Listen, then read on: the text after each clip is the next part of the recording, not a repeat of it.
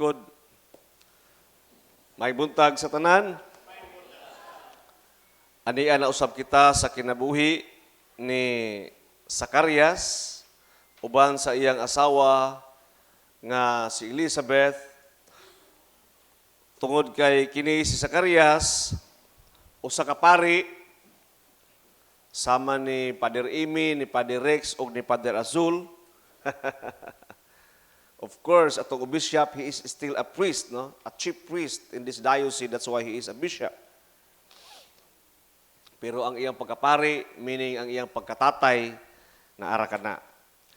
O kini si Zacarias, tinuod nga pare siya, pero ang iyang asawa usab, kaliwat pud sa mga pare. Mao bitaw gisaysay dito nga si Elizabeth kuno, usa siya ka mga anak ni Aaron. Og ato may bawaan may suod nga kini si Aaron, anak kani siya ni Levi. Og si Levi, anak ni Jacob. Si Jacob nanganak og 12 ka buok nga lalaki nga nahimong gitawag nga nasod sa Israel. Tungod kay nagsaad bagud ang Ginoo ngadto kang Abraham nga wala usab anak, nga Abraham bisan tuod ikaw nanimaho nagyuta kay tiguang ka na kaayo. Kabalo mo ka ng mga tiguang ano kung maglakaw nga magdungo? Ana magsungkod, ana, di ba? Ana. Tungod kay nangita na sila sa ilang lubnganan, no? Nanimaho nagyuta. Mo to si Abraham. Mao po to si Zacarias. No, mao po to si Samson sa to first reading. Puros mga tiguang na kayo, no, nga gigamit sa Ginoo kay nagpagamit man pod. No, so kanang mga tiguang diri ay na lang mo pataas sa inyong kamot. Kung nagtuo mo nga tiguang na mo, uy gamiton pa mo sa Ginoo oy. Pero dili mo maburos. Basig na inyong naano ba 80 anyos diri no? O ay mo kagool di lagi mo mga buros, no? Pero kanimo gud sila ni Zacarias, kato sila Manoah, sila Abraham, kuanto sila kani mga espesyal to nga mga katawhan sa Dios. No? Zacarias and Elizabeth, bisan tuod nga tiguang na kaayo si Zacarias o si Elizabeth apang namabdos si Elizabeth o nanganak siya nga giganlag John the Baptist. Sa dugay nga panahon nga nangandoy si Elizabeth or si Zacarias og anak, ato may bawaan nga pagkataon ni Juan sa edad siguro sa panuigon nga mga duulan og 33, I would say 33 yapon. Tungod kay namatay man si Juan, ahead lang ni Ginoong Hesus gamay. And Jesus Christ was crucified at the age of 33. He was able to fulfill his ministry for 3 years only. He started his ministry at the age 30 and he was crucified at the age 33. O kini si John the Baptist magguwang lamang og 6 ka buwan ni Ginoong Hesus. Maubita ko ato mabasa ang following gospel din, dili na ako pangunahan, kay lain ang mo share ni ini. Apan si Mama Mary, sa diha napakita si Gabriel, Angel Gabriel ngadto kaniya. Ingon si Angel Gabriel, nakaila ka ba? Nakadumdum ka sa imong igagaw? Nga si Elizabeth, nagsabak siya karon og 6 na ka buwan ang iyang pagsabak. Og ni adtong the same day, maog yapong adlaw, si Elizabeth, gikan dito sa Galilee, niadto siya sa Judean wilderness, dito sa lugar dito sa lugar ni Haring David, nga diin dito si Elizabeth nagpuyo.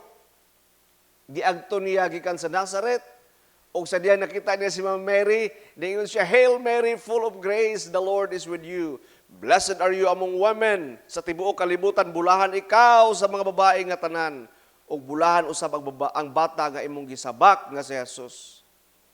And upon knowing that Jesus Christ is in the womb of Mary, upon knowing that it is the Theotokos, the mother of God, who carries and bear that God inside her womb, the people in the world together would say, have mercy on kaluy kami nga mga kasasala, iampo kami nga mga makasala karon og sa oras sa among ikamatay. Mary is the best intercessor because she is an eternal mother of God.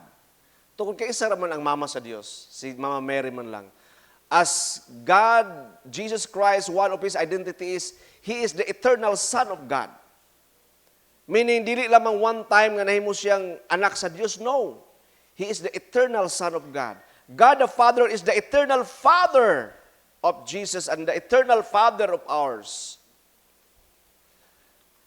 Muna may igsuon nga, si Mama Mary or si Zacarias o si Elizabeth, isa ra ilang anak, namatay pag yun. Imbes kay chance na to nila, isa ra ilang anak, wa pa ginagminyo. Wa pa ginagminyo si John the Baptist, di ba? Nagpuyo hinon sa desierto, nagkaog talapan, iyang ilimnon dugos, iyang sa na kamilyo. Di ba? Kaning dili kamilyo, ang iyang skin ba sa camel. Og namuniyag, iyang gipersecute si Herodes. Insa ikaw Herodes, kana imong giuyab-uyab karon, imong asawa karon, asawa man ni kuan Philip.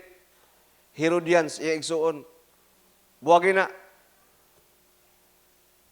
Sakitan man si Herodes kay isang sugo siya sa propeta. Ang iyang gibuhat, iyang gipapatay. Moto si Salome, di ba? Kadumdum mo ng iyang anak. Nagsayaw. Pagsayaw, ganahan mo kay si Herodes. Iyon siya, sige, unsa may imong gusto. Ako ihatag, bisag pagkatunga sa kong gingharian. Iyon siya, I want John's head on the platter.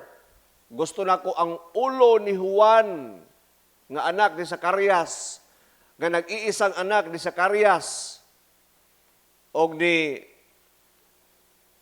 Elizabeth. Putla ang iyang ulo, ibutang sa shipping dish. Inana kadautan si Herodes. Pero, although nawala ang anak ni Zacarias o ni Elizabeth, nawala ba si John sa panumduman, sa katawhan sa Israel o sa tibuok kalibutan? Wala. Halos kada Domingo ato isang yaw ang kinabuhi ni Juan. Di ba?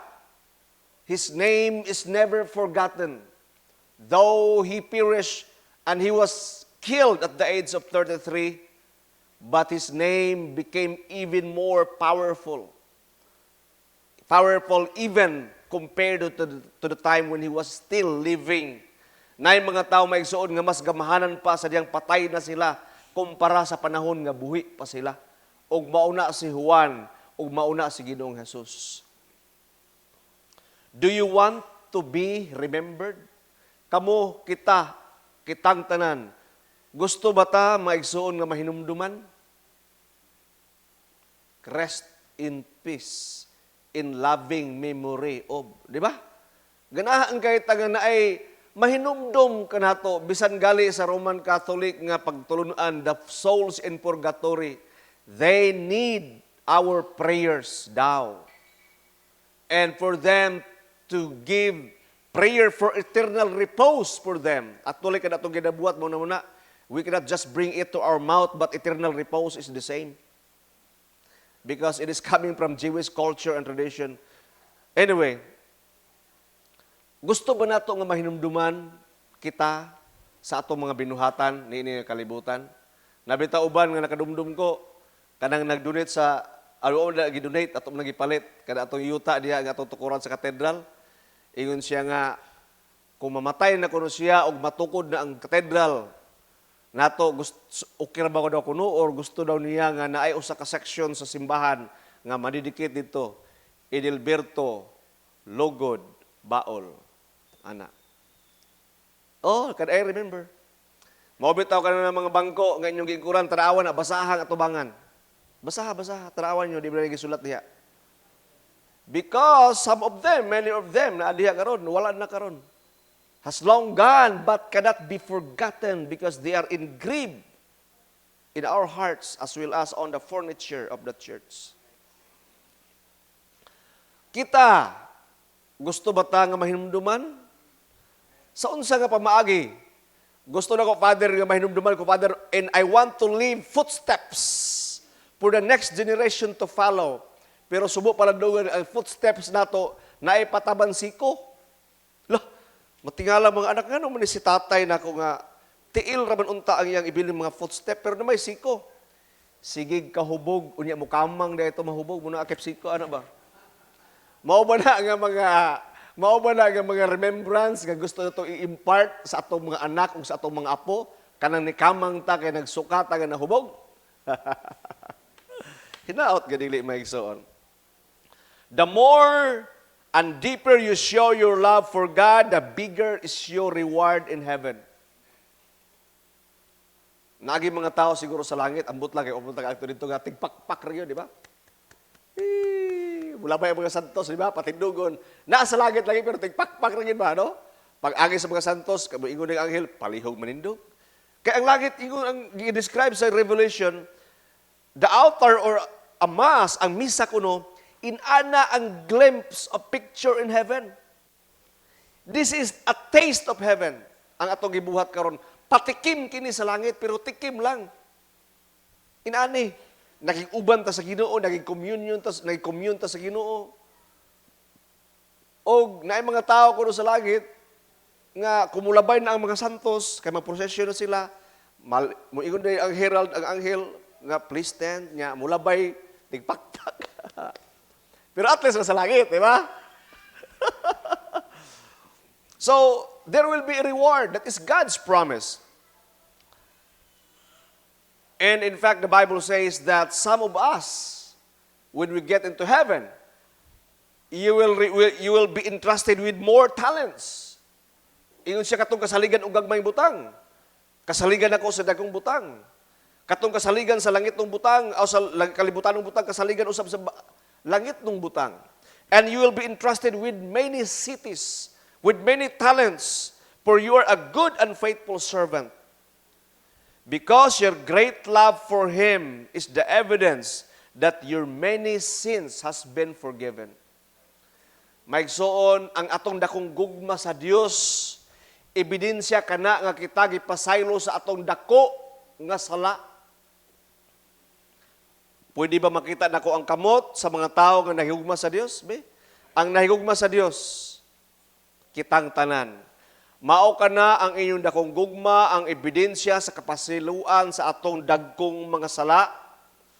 Kung nakadumdum ta, si Jesucristo ni agto sa balay ni Simon the leper and Bethany. And there was this Mary who had this alabaster jar. O sa dihang nakita niya si Ginoong Jesus reclining on the table, sa dihang siya naglingkod dito sa lamisa. And Mary was weeping at the foot of Jesus. Naghilak siya og iyang gihugasan sa mga luha ang tiil ni Ginoong Jesus. Og iyang gitrapuhan sa iyang mga buhok ang tiil ni Ginoong Jesus. Og wala siya niundang sa pagkiss sa tiil ni Ginoong Jesus. Og iyang gidihugan sa humot, kayo nga pahumot si Ginoong Jesus. Og na indignant ni ini ang mga tao kay kamahal ni adto nga pahumot. It was so expensive, and Judas Iscariot said that alabaster or that perfume could be sold, and we can use that money to distribute it to the poor. And ingon, Jesus answered in other gospel, she is preparing for my burial. In siya, Peter, when I came to your house, ingon siya, you did not give me water for my feet, but she wet my feet with her tears and wiped them with her hair. You did not kiss me, but this woman from the time I entered has not stopped kissing my feet. You did not put oil on my head, but she has poured perfume on my feet. Therefore I tell you, her many sins had been forgiven as her great love has shown. In siya, sultihan ko ikaw, Pedro, sa pagsulod na ko ni ining balay, wala mo gali tagaay kong tubig para buhugas ko sa akong mga tiil. Apan kini bayhana, tungod sa iyang dakong gugma, iyang gihugasan, ang akong mga tiil, pinaagi sa iyang mga luha, o pinaagi sa iyang buhok, iyang gitrapuhan ang akong mga tiil, o wala siya nagundang sa pagkiss sa akong tiil. Tungod kay siya nasayod, nga dihang iyang gipakita ang iyang dakong gugma, gipasaylo ang iyang dakong sala. Kinsa diri mga isod ang naka-experience nga gipasaylo ang atong mga sala sa Ginoo. Palihog pataas ang kamot. Ang atong sala, ang atong dakong sala, gipasaylo sa Ginoo. God requires us to show great love for Him because your many sins has been forgiven. And to show great love requires great sacrifice. Kung ikaw tinuod nga nahigugma sa Dios, andam ka magpakita sa imong dakong gugma, kay ikaw gipasaylo sa imong dakong sala, o kung ikaw nahigugma sa Dios, andam ka magsakripisyo. Kay imposible nga moingon ka nahigugma ka sa Dios, apan dili ka andam mo sakripisyo. Kay ang gugma sakripisyo. Mao kana mga asawa, kana inyong bana pagsakripisyo mo. Kay inyo kanang gipili, inyo gipakaslan og nanaad mo sa Dios for better and for worse, for richer and poorer. Till death do us part. Sa dihang gutmon mo og naamoy gikaon, sa dihang nagmasakiton og walay gibati, og sa dihang maayo ang kahimtang og dili maayo ang dagan sa kaminyoon, magbuwag or magbuwag? Dili angay, pader. Dili angay.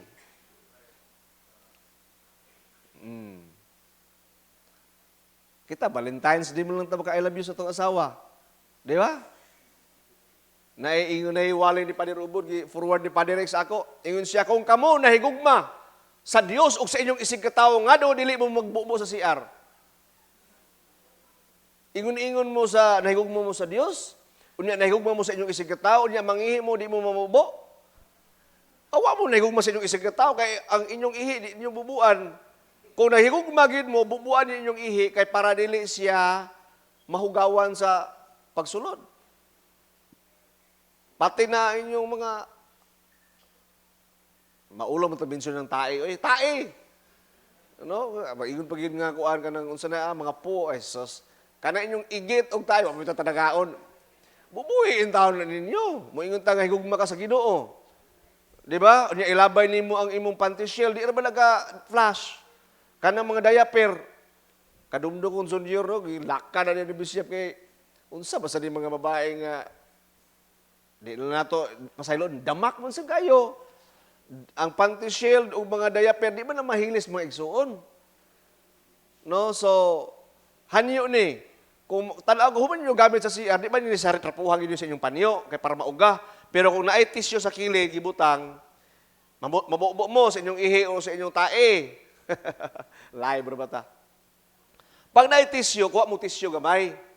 If situate nga na flash ha, kay umabubo lang, wala ginabilin, kuha mo tissue gamay, ay daghana. Trapuhan nyo ang kilid, no? Ibutang diha, i-flash na yun. Para ang musunod nga mo gamit, limpyo ang iyang paggamit. Okay? Kaya nahigong ba magata sa itong isig katao? Nahigong ba magata sa itong isig katao? Oh. Ato ng buhaton. That requires a little sacrifice. Total, ato man ang hugaw, atong gi-flash. Pero kita mga Filipino, I don't know, katong nakaagto ko sa laing nasod, bihira naman sa kuno siya, kaya naman to sa hotel. Pero I don't know, sa laing nasod, no, mga kuan mata ka ng law-abiding bata. So, biro sa ato sa Pilipinas, hugaw ato CR. Ako nabantayan, labi ng public CR. Nahugaw, pero karon luckily or fortunately, no? I don't want to use that word, lucky or fortunate, mura mong gunagawa na, kaning gahom-gahom. No? Blessed na ta sa Pilipinas karon kaya atong mga public CR na ay mga maintenance, no? Maghatag 5 pesos para maintenance, limpyo na. No? So muna maigsuon nga, kung nahigugma ta, it requires sacrifice. Magsakripisyo ta, like Misa Regalio.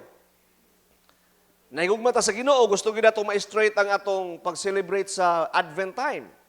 Mauna nga magmatag sa'yo, bisan halang kay ang mata, bisan medyo bilar, pero kay lami man kaayo nga naata diri tanan, di ba? Magdungan taog pamahaw, istorya-istorya, nindot kaayo nga tradisyon.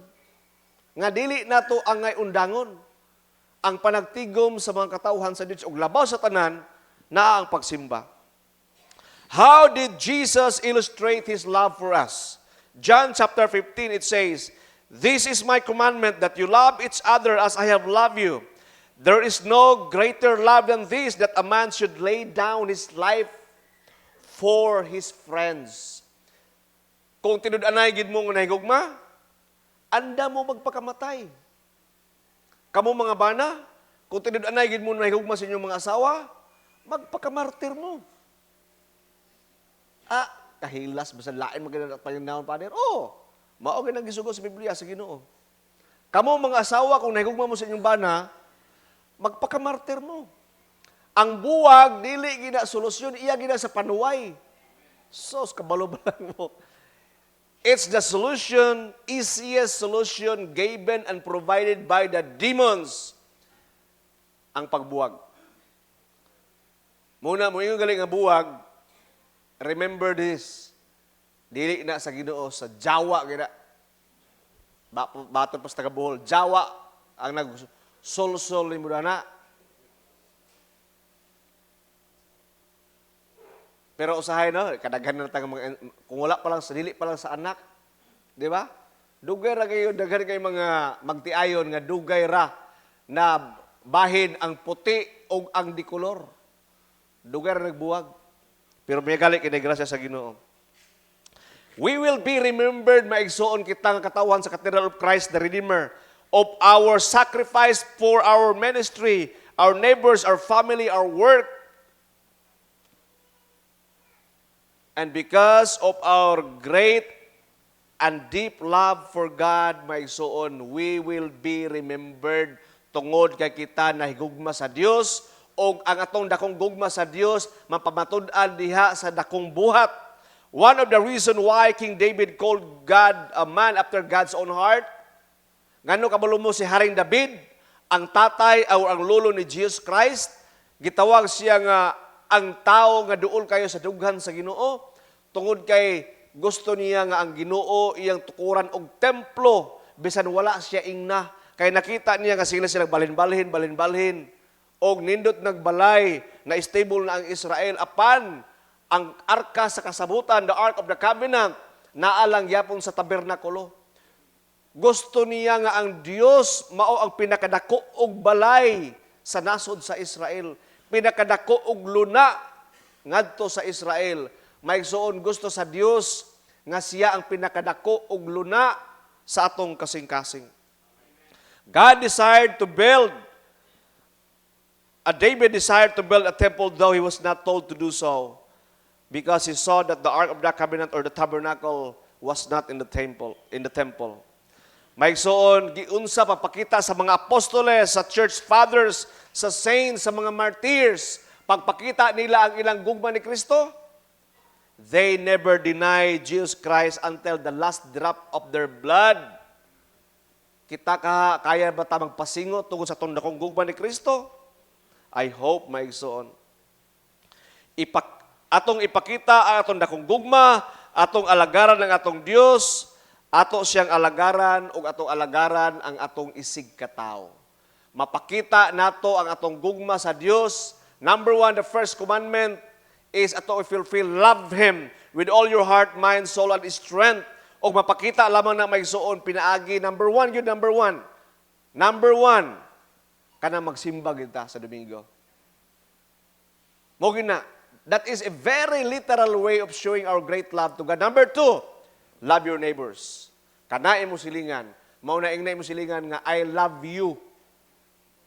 Why ka I love you? Inain mong abay nga, I love you. I love you. I love you, man. Di ba? Kung naka-abay o class, lipay kayo, naka-I love you. Uy. Ano ba? So, maigsoon, ang dakong gugma, dakong sakripisyo usab.